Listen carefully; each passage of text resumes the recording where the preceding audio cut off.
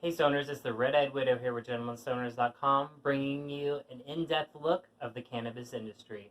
Today we're actually going to focus on what seems and possibly is the largest cannabis business corporation that there is currently out there and in the United States, with annual revenue of like $1 billion. And of course, I'm talking about Curaleaf Holdings, which is CURLF.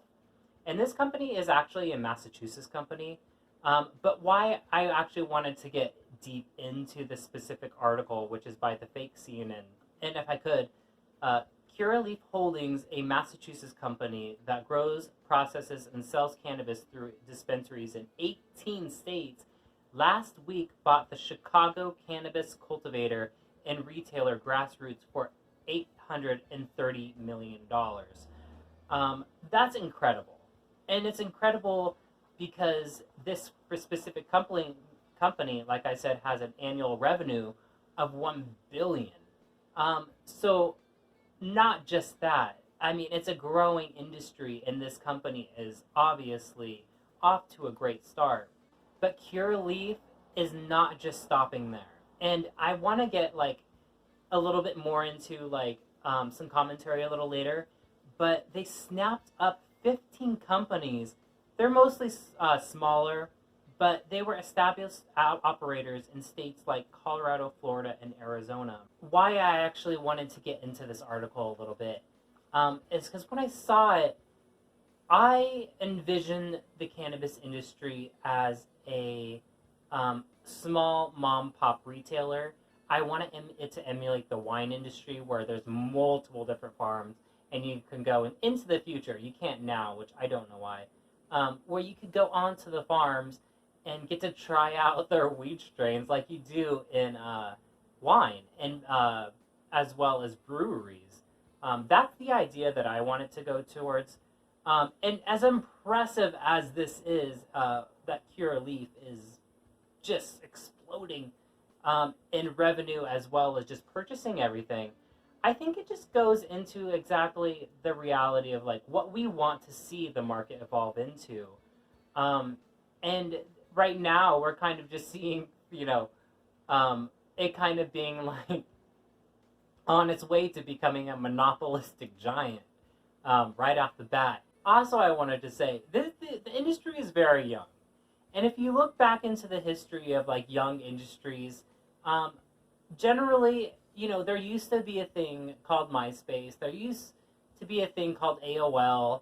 All like original, market, drivers in the industry that they were doing. So specifically, you never know what's going to happen, right? You never know if there's going to be a competitor that automatically hits and their marketing is so spectacular where their name brand just becomes like absolutely known from household to household.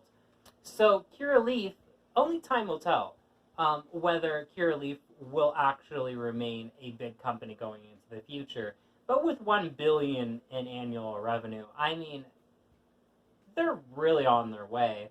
And exactly, like, if we go into the article,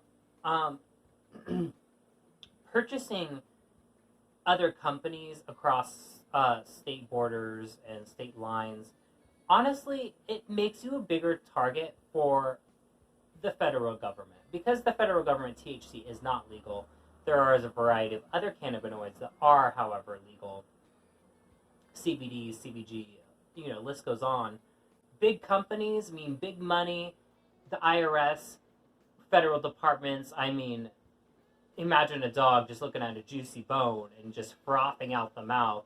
Because $1 billion in revenue, technically the federal government can just take it all, because, I mean, they could take all their assets because it's not legal technically, which, it would make them a target. The bigger you get, the more you're a target, the more you're looked into, and on and on and on and on.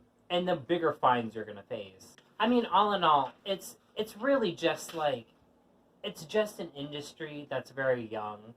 I just wanted to take a quick like snapshot into the industry, like just like to know. I mean, here's at the current moment one of the big hog bosses up there in cannabis right now with billions of dollars just coming straight in. So just let me know what you guys think.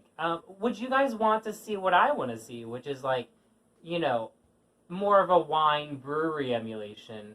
Or are we going to see like a massive monopolistic, like, you know, behemoth and giants, like where you go down the street and there's only, you know, one or two franchise dispensaries and the weed all comes from the same place, and who knows, honestly. I just think it's fascinating.